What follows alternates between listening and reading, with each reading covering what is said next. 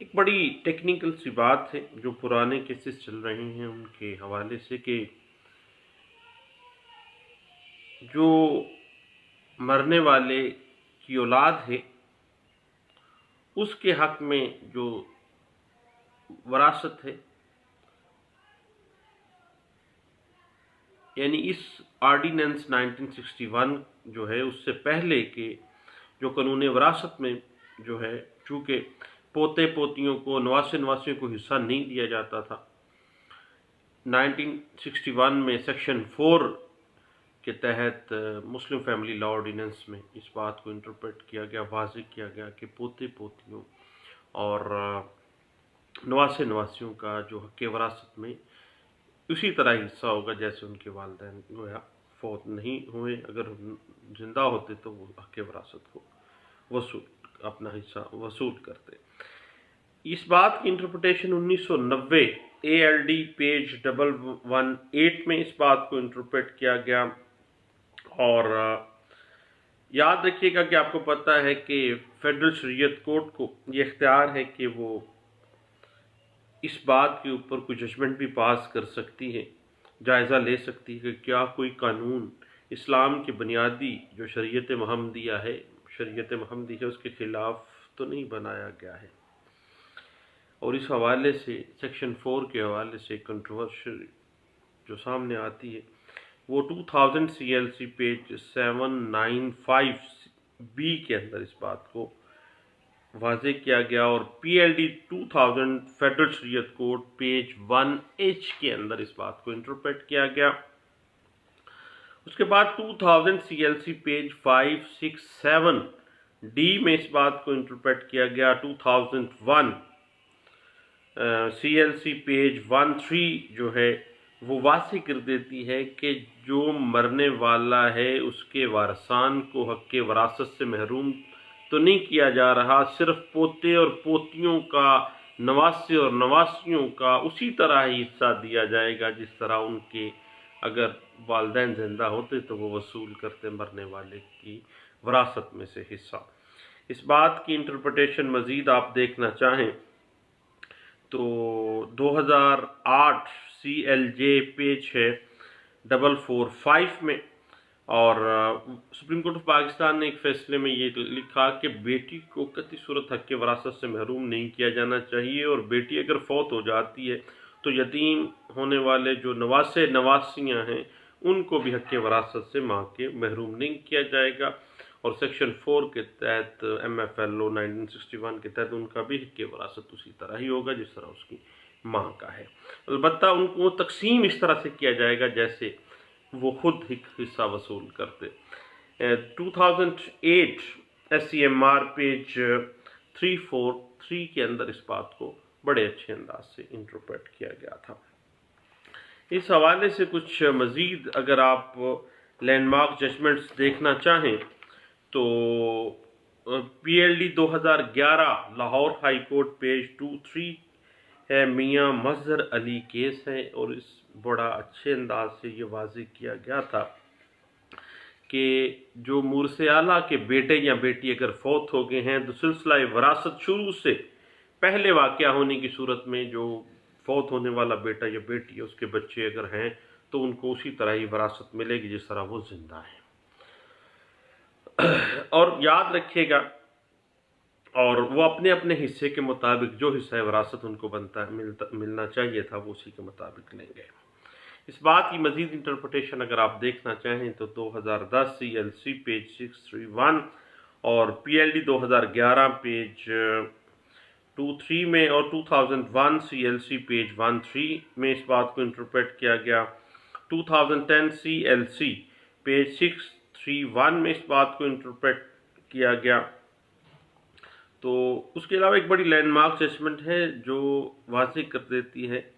کہ وراثت کی تقسیم کے وقت فوت ہونے والے جو ذریعہ ہے، جو بیٹا ہے یا بیٹی ہے، وہ اسی حصے کے مطابق حقدار ہوں گے جو اگر جیسے وہ فوت نہیں ہوئے ہیں، اور ان کے جو اولادیں ہیں وہ اس طرح سے حق وراثت کے حقدار ٹھہرائے جائیں گے۔